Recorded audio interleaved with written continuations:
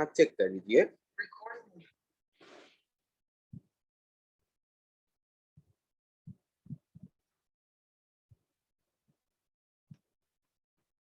Volt meter and ammeter is used to measure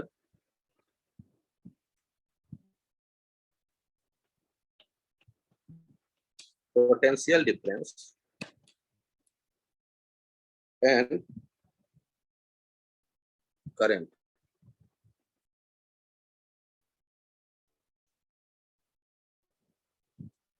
respectively। तो एक point तो हमने आपको ये बताया,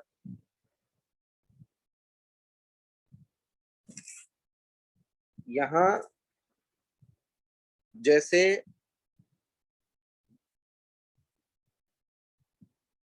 वोल्ट मीटर और आमीटर दोनों को मैंने एक साथ बताया कि ये इंस्ट्रूमेंट है कोई, तो इनके एप्लीकेशन देखते हैं। आप एक 5 ओम का रेजिस्टेंस देख रहे हैं,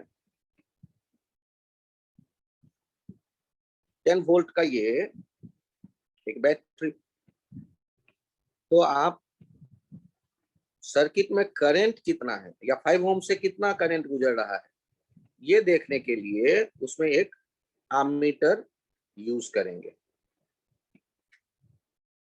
ये जो रीडिंग देगा एमीटर, ये वही रीडिंग होगा जो उस आर्म में करंट है। तो आई का वैल्यू हम क्या लिखना चाहते हैं, V/R 10/5 2 एम्पियर। ऐसा तभी हो सकता है जब एमीटर सर्किट के रेजिस्टेंस को डिस्टर्ब ना करे। Ideal ammeter has 0 resistance. एक पॉइंट ये यहां ध्यान रखिए। इससे क्या फायदा होता है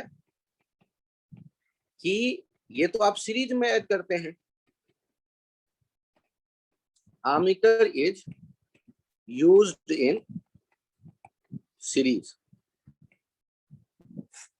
जिस रेजिस्टेंस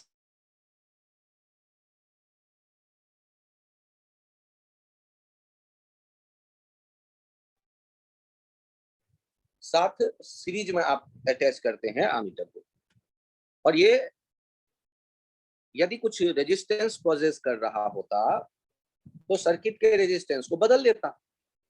तो जिस करंट को हम ढूंढ रहे थे 10/5, उसके बदले आता नया current 10/5 plus resistance of ammeter.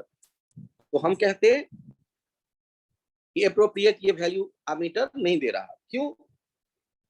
क्योंकि हम तो ढूंढना चाहते थे सर्किट के उस पर्टिकुलर आर्म में कितना करंट है, और एमीटर आकर के सर्किट के रेजिस्टेंस को बदल दे रहा है।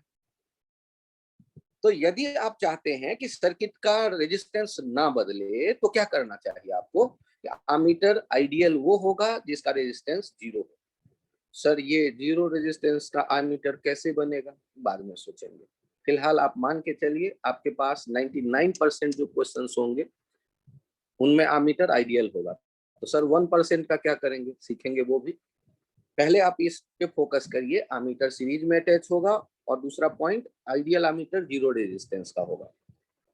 आप उसके प्रेजेंस को भूल जाएं, जैसे सर्किट एनालाइज करते थे एनालाइज करिए, और करंट जो उस आर्म जिस आर्म में एमीटर मौजूद है आपने मेजर किया है वही एमीटर का रीडिंग होगा।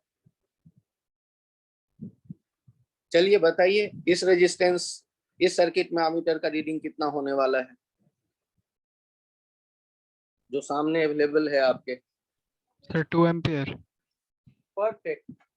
आपको ये मान के चलना है कि यहाँ एमीटर डिस्टर्ब नहीं कर रहा आपके सर्किट को, वो केवल उसका प्रेजेंस आपको हेल्प कर रहा है करंट का वैल्यू शो करने में। एमीटर पे भी एक प्लस और माइनस जनरली मार्क किया गया रहता है।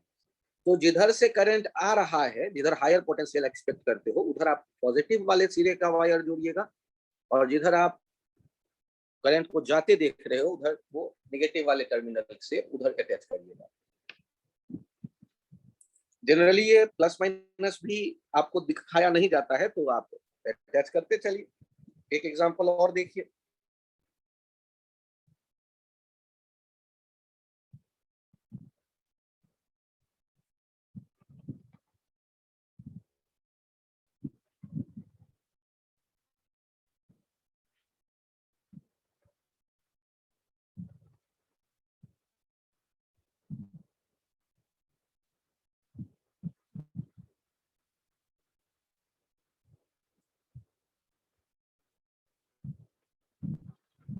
आपको इस सर्किट में भी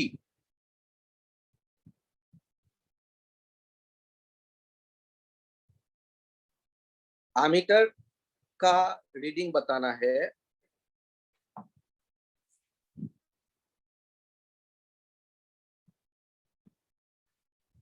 आराम से सर्किट का डायग्राम बना लीजिए और ये रीडिंग आपको बताना है।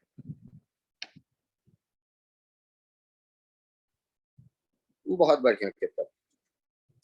तो सॉल्व करते वक्त अभी तो एमीटर पहले भूल जाते हैं, सर्किट में देखते हैं ये 6 और 3 पैरेलल में थे। 6 इंटू 3/6 प्लस 3 दैट इज 2 ओम। इसके साथ ये 8 ओम जो है वो सीरीज में है, और यहाँ पर बैटरी जो है वो 30 वोल्ट का है। तो जो करंट निकला है वो हो गया 30/2 प्लस 8 दैट इज 3 एम्पियर। तो यहाँ से जो 3 एम्पियर निकला वो पहुंचा इस जगह। अब बताइए पैरेलल वाले केस में कहां से ज्यादा करंट जाता है, ज्यादा रेजिस्टेंस वाले से या कम रेजिस्टेंस वाले से? सर कम रेजिस्टेंस। तो ये आई डैश हमने माना। तो आई डैश का वैल्यू क्या हो जाएगा? इनवर्स रेशियो में बढ़ता है करंट जब पैरेलल में रेजिस्टेंस होते हैं। सर मैं आपकी बात क्यों मानूं? रेजिस्टेंस माने मना करने वाला। तो 6 लोग एक तरफ से एक पुल पे खड़े हैं कि इधर से जाओगे तो पीटूंगा, और 3 लोग हैं दूसरे रास्ते पे। तो ज्यादा करंट, बड़ा समझदार होता है, ज्यादा चार्ज उधर से जाएगा जिधर से केवल 3 लोग पिटाई करने वाले हैं। तो इनवर्स रेशियो में बांट देते हैं। 6/6 प्लस 3 इंटू करेंट जो है 3 एम्पियर, वही बटेगा इनवर्स रेशियो में। ये आ गया आपके पास 2 एम्पियर, ये आई डैश का वैल्यू। और रीडिंग भी क्या होने वाला है? तो रीडिंग यही तो उससे गुजर रहा है, आई डैश 3 ओम वाले रेजिस्टेंस के बगल में है एमीटर, तो रीडिंग हो गया 2 एम्पियर। जिन लोगों को ये समझ में आया हो प्लीज हैंड राइज करें।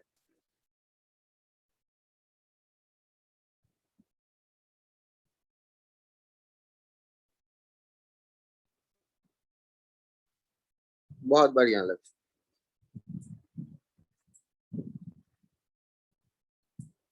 अब इसका स्वयं क्या मैं कोशिश करूं समझाने की? बहुत बढ़िया स्वयं। अब इसका बारे बात बहुत बढ़िया। तो हम लोगों ने देखा एमीटर कोई बड़ा गेम नहीं खेल रहा, उसका प्रेजेंस जिस आर्म पे है वहां वाला करंट ढूंढ लो, उसकी रीडिंग देगा। और आइडियल कंडीशन में क्या याद रखना है? एमीटर जीरो रेजिस्टेंस के होंगे।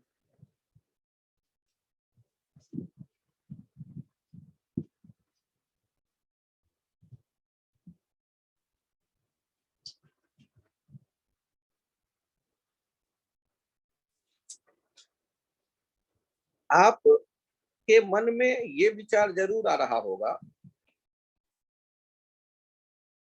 कि सर आपने कहा 99%,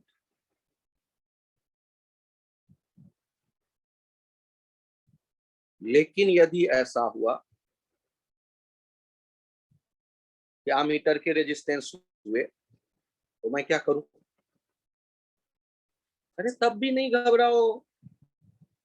सॉल्व करते वक्त आप क्या करो, मान लो जैसे इंस्ट्रूमेंट एमीटर के बदले वहां एक रेजिस्टेंस मौजूद है, और ढूंढ लो गुजरने वाला आई सर्किट में। यदि ये 7 ओम और ये 3 ओम है, ये 10 वोल्ट है, तो आई होगा कितना? 10/7 + 3, 1 एम्पियर। तो ये जो अभी रीडिंग देगा, वो रीडिंग कितना हो जाएगा? वही आई, 1 एम्पियर। लेकिन आपको पता है कि एक्चुअल होना चाहिए था करंट उस आर्म का 0.7, इस आमीटर के आने से उसका वैल्यू बदल गया है, 1 हो गया है।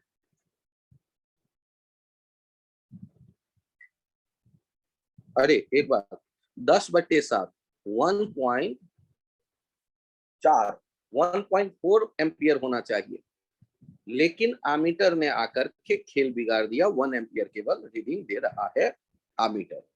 क्यों? क्योंकि वो उसमें खुद रेजिस्टेंस मौजूद है 3 ओम का। लेकिन 99% केसेस में जो आमीटर होगा ना,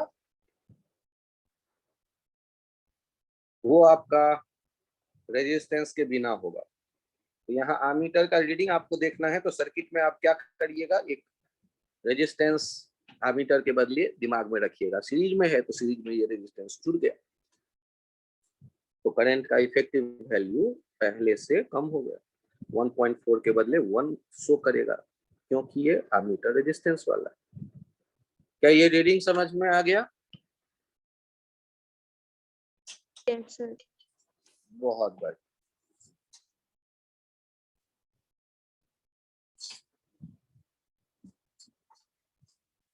अब आपके मन में ये विचार आएगा कि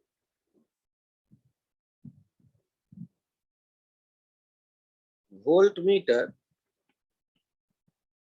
it is used in parallel.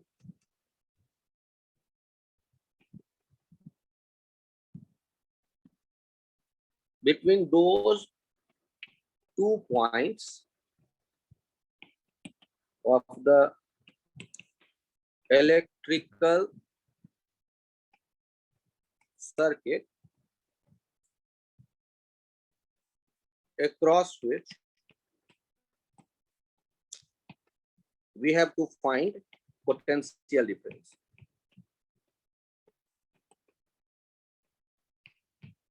ये जो है पैरेलल में यूज करते हैं, it is used in parallel between those 2 points of the electrical circuit,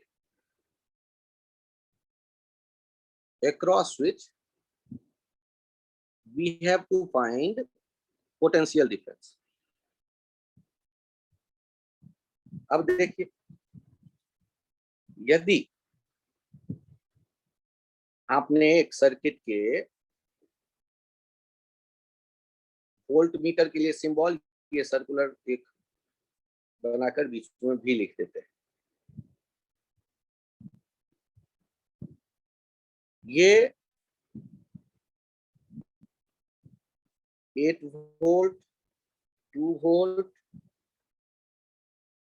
sorry 8 ohm, 2 ohm and 10 volt.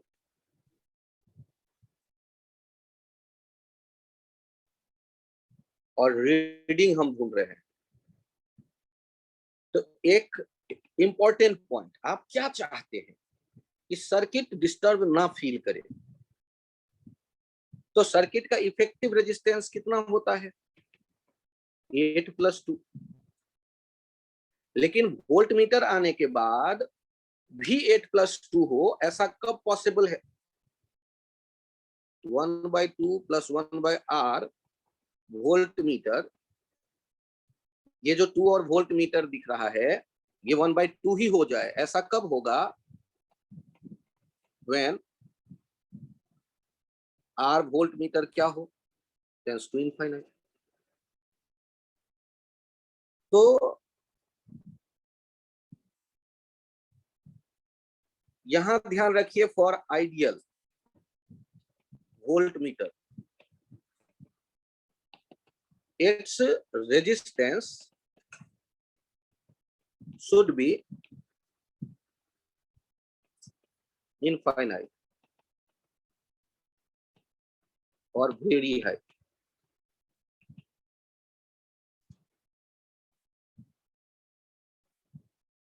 जिससे क्या होगा,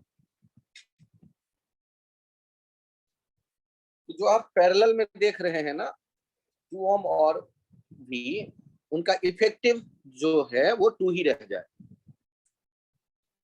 ये तभी हो सकता है जब ये आर वोल्ट मीटर जो दिख रहा है ये टेंस टू इनफाइनाइट हो जाए।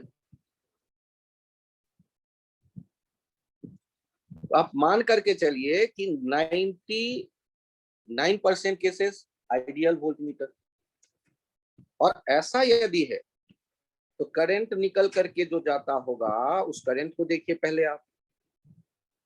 सर वोल्ट मीटर से नहीं ले गए करंट, अरे भाई सोचो तो, यहाँ करंट पहुंचा आई और एक रास्ते पे है इनफाइनाइट लाठी लेके खड़े लोग, और एक पे केवल 2 लोग हैं, तो बड़ा समझदार होता है करंट चार्ज किधर से चला जाएगा, 2 ओम से चला जाएगा।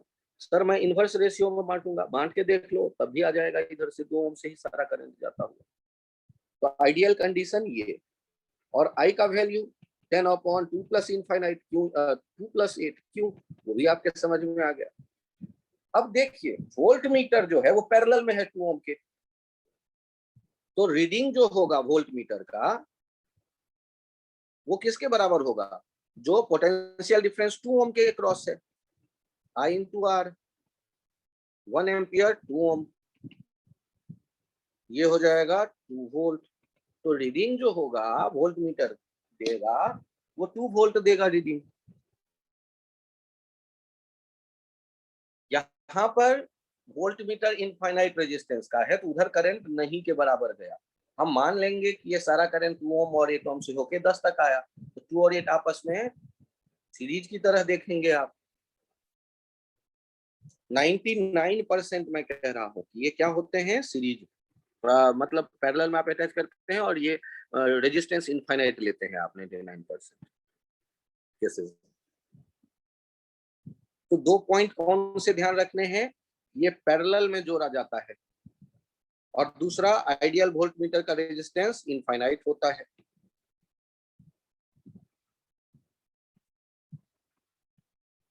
आइडियल वोल्ट मीटर का रेजिस्टेंस कितना होता है, इनफाइनाइट।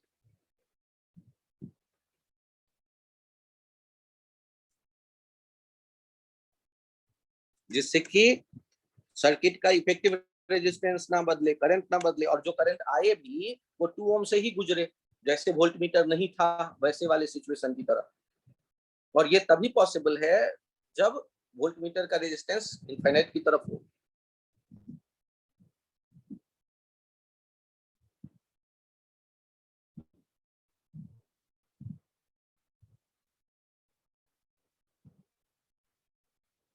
तो इस पॉइंट में कोई कंफ्यूजन हो तो बताएं, यहां तक नोट कर लें।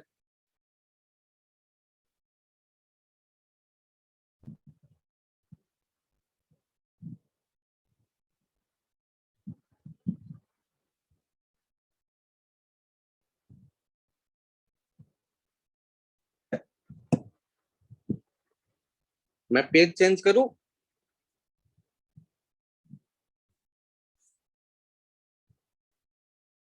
Yes. Yes, sir.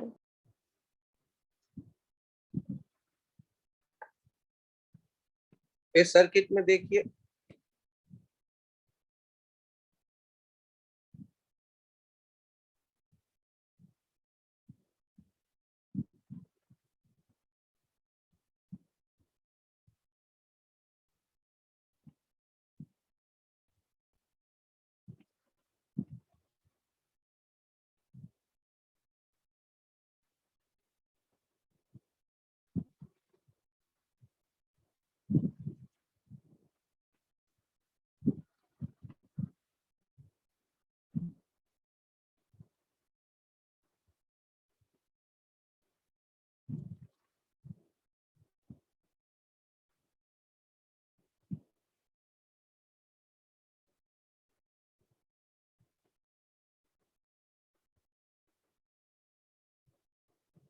Find reading of volt meter and ammeter।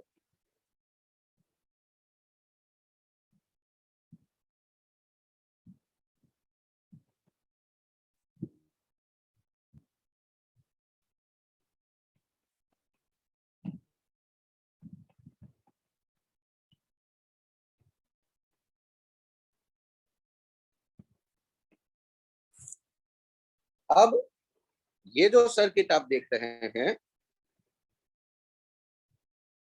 यदि इन्हें सॉल्व करना चाहते हैं आप, तो देखिए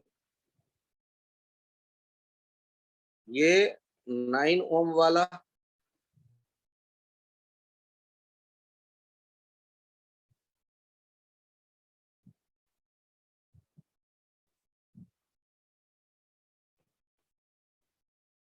रेजिस्टेंस, ये 20 वोल्ट, 2 ओम, अगला 10 वोल्ट, 2 ओम।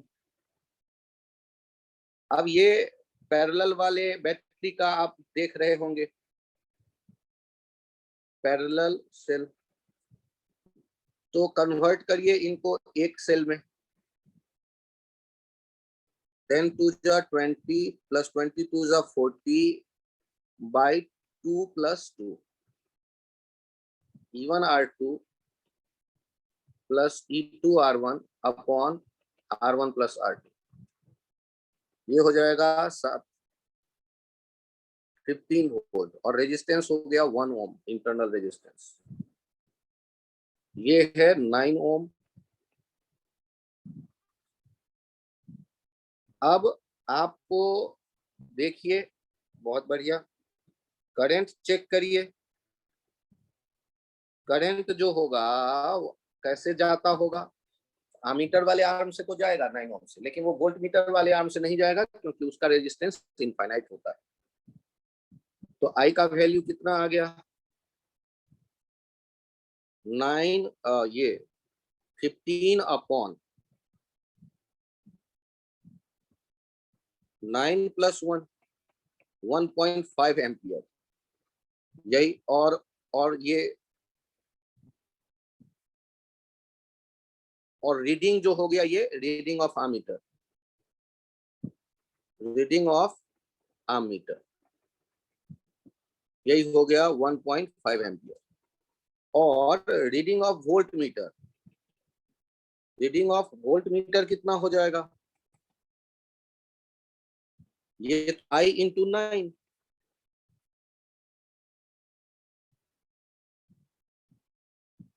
13.5 वोल्ट। तो पिछले लेक्चर को जहां पैरेलल बताया गया है सेल का, आज वाले आइडिया के साथ मिक्स कर लें तो ये प्यारा क्वेश्चन बन जाएगा। नोट कर लीजिए, 2 मिनट टाइम लीजिए, और जिनके समझ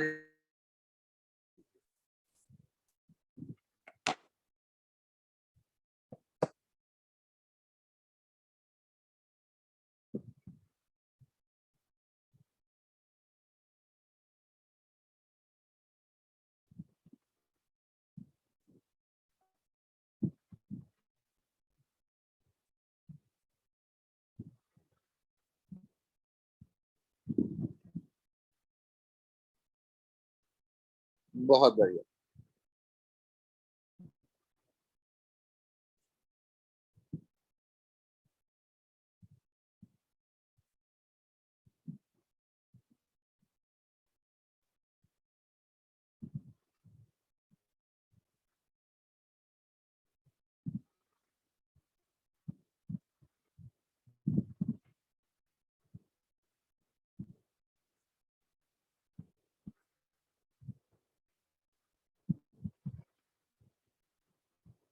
पेज चेंज करूं,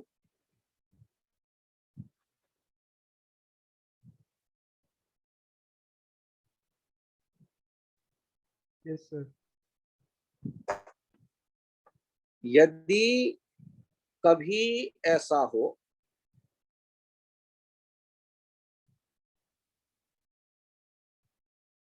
वोल्ट मीटर का रेजिस्टेंस दे दिया गया,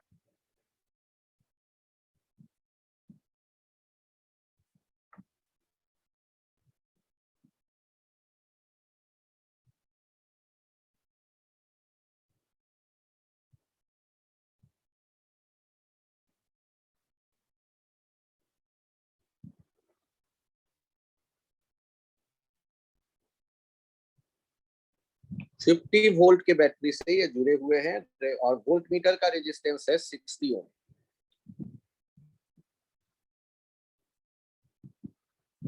आर वोल्ट मीटर। अब ध्यान दीजिए कि यदि आपसे कहा गया रीडिंग कितना होगा बताओ,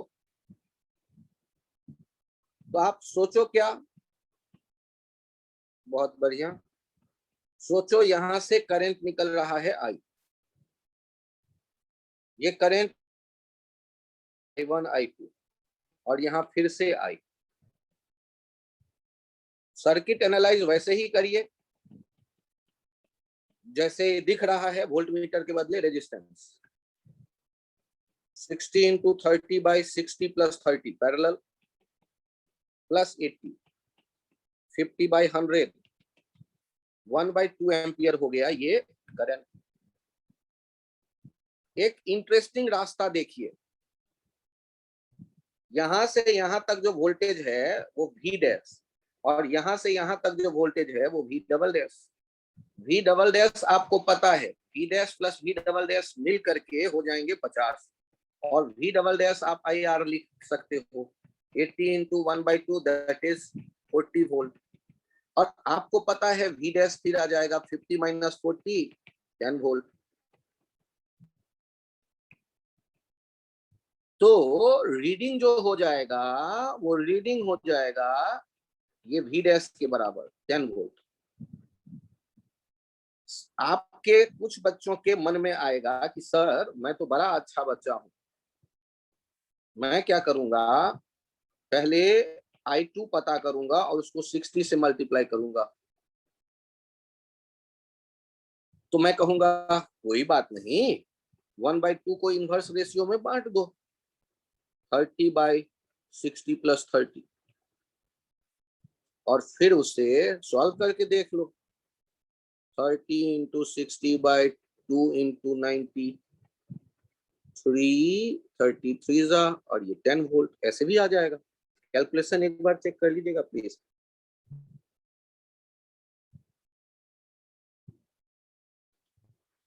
तो यदि आपने करंट निकाल करके देखा, आप में से कुछ बच्चों का ये भी मन में विचार आ सकता है सर रीडिंग जब आपको 30 ओम के पैरेलल वोल्ट मीटर दिख रहा है तो रीडिंग ये भी तो मैं लिख सकता हूँ I1 into 30। मैं कहूंगा बड़ा शानदार बच्चा है, एकदम लिख सकते हो। जो करंट आई रेशियो में 60/60 + 30, और उसको 30 से मल्टीप्लाई कर लो, चेक करके देखो कितना आया। 60 into 30/2 into 90, फिर से देखो ये 10 वोल्ट आ गया। तो आप कुछ भी लिख सकते हो। रीडिंग कैसे, V dash 50 minus V double dash, या फिर I1 into 60, जो भी आपको मन करे ऐसे सोच के लिख दीजिए, रीडिंग निकल के चला आएगा। क्या ये तीनों तरीका समझ में आया?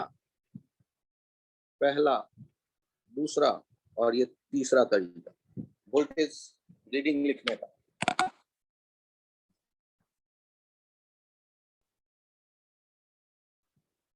जिनको लग रहा है कि समझ में आया है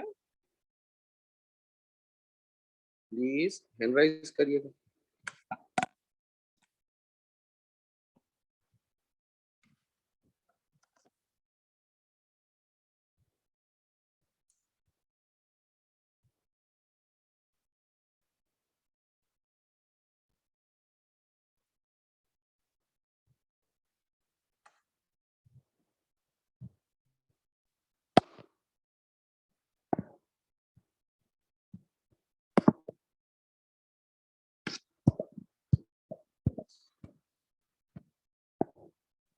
यदि अजय, पार्थ, सुशांत, स्वयं कुछ कंफ्यूजन आपकी मैं हटा सकूं तो पूछो। अच्छा समझ में आ गया, बहुत बढ़िया। सुशांत, स्वयं, बालक कुछ बोलो। बहुत बढ़िया स्वयं।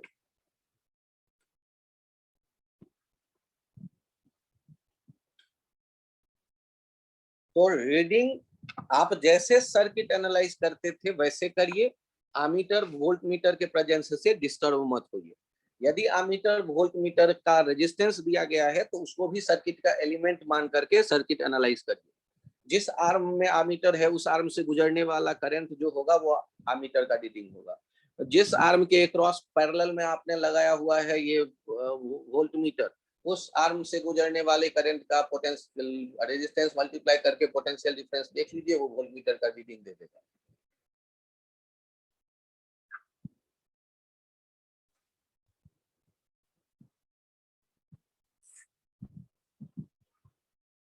मैं पेज चेंज करूं?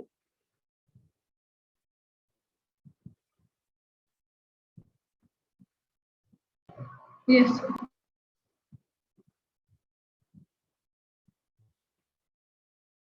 आजकल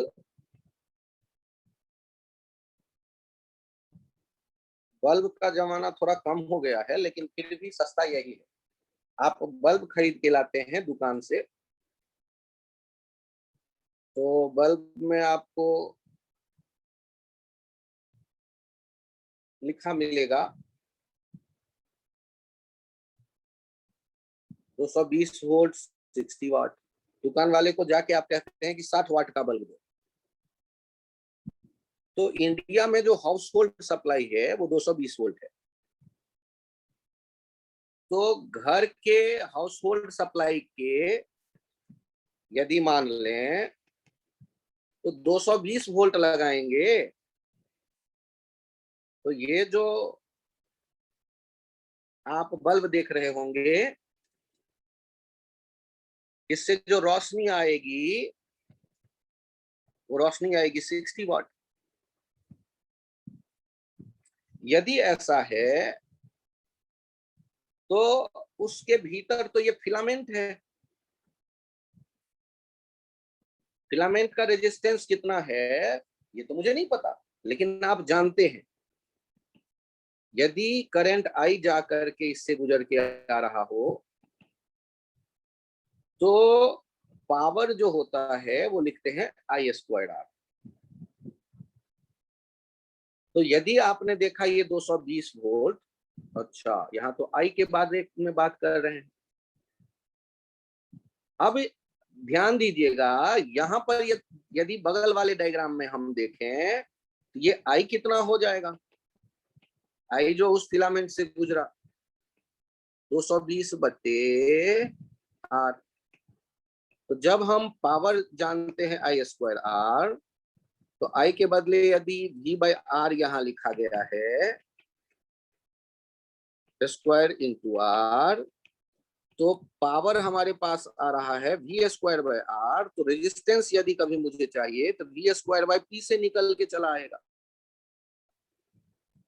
पावर V²/R, तो यहाँ से R हमें चाहिए तो V²/P से पता चल जाएगा।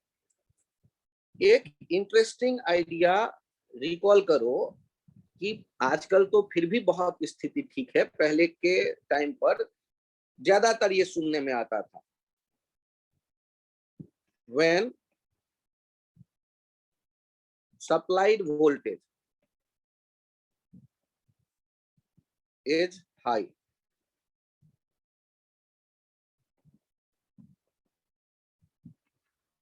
bulb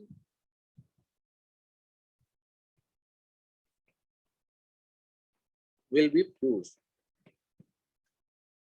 When supplied voltage is high, the bulb, कौन सा बल्ब, ये जो दुकान से खरीद कर ला रहे हैं, will be fused। का मतलब ये है कि जिस बल्ब पे लिखा हुआ है 220 वोल्ट 60 वाट, और इस बल्ब को लाकर आपने अटैच कर दिया 400 वोल्ट से, 400 वोल्ट से, तो ये जो है फ्यूज हो जाएगा,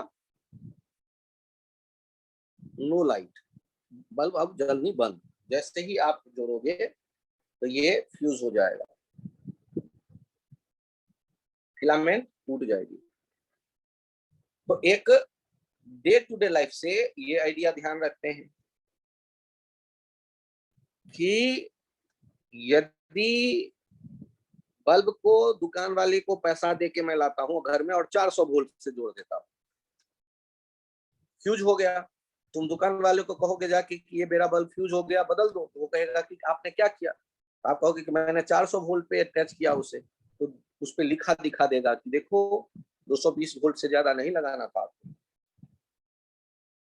तो कंपनी ने ये माना है कि घर में जो आप लगाएंगे बल्ब, वहां घर में सप्लाई है 220 वोल्ट, उसने ठप्पा लगा दिया बल्ब पे, 220 वोल्ट स्टार्ट हुआ। इंडिया में आप कहीं भी है तो ये 220 वोल्ट का सप्लाई है। तो आपने एक आइडिया कलेक्ट कर लिया, हाई वोल्टेज पे क्या होगा कि बल्ब फ्यूज हो जाएगा।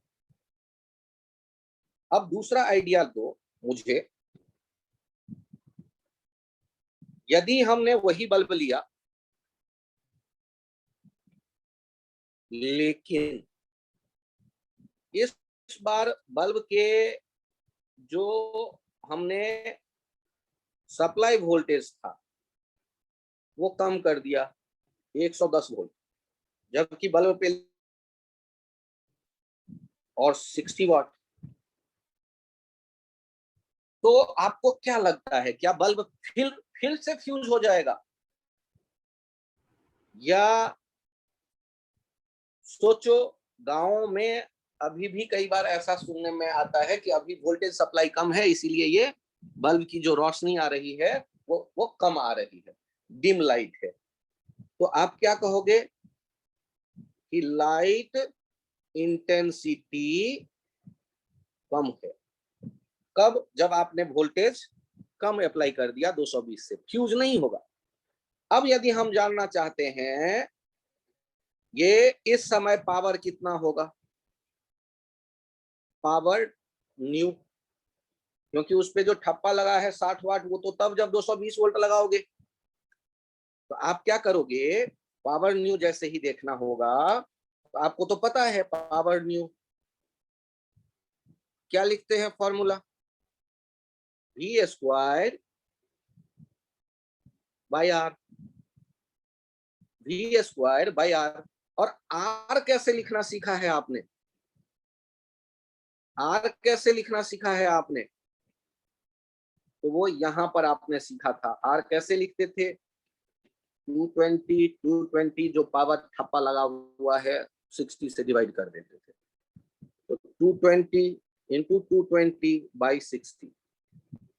और यहां से चेक कर लो, 110 दूनी 220, 2 2 4, 60/4 15। तो अभी जो बल्ब है वो डिम लाइट क्यों है? क्योंकि इस मोमेंट पे केवल ये होगा। और उसका कारण क्या है कि बल्ब के फिलामेंट का रेजिस्टेंस नहीं बदलेगा। कंपनी में जब वो बनाया गया तब रेजिस्टेंस कितना था, V स्क्वायर बाई P। और रेजिस्टेंस चाहे आप कितना भी पावर ये वोल्टेज अप्लाई कर दो, रेजिस्टेंस जो होगा वो फिक्स रहेगा। तो 110 वोल्ट पे भी रेजिस्टेंस यही रहेगा, 220 गुने 220/7। जो ठप्पा लगाया गया कंपनी में उस टाइम पे जो उसके फिलामेंट का रेजिस्टेंस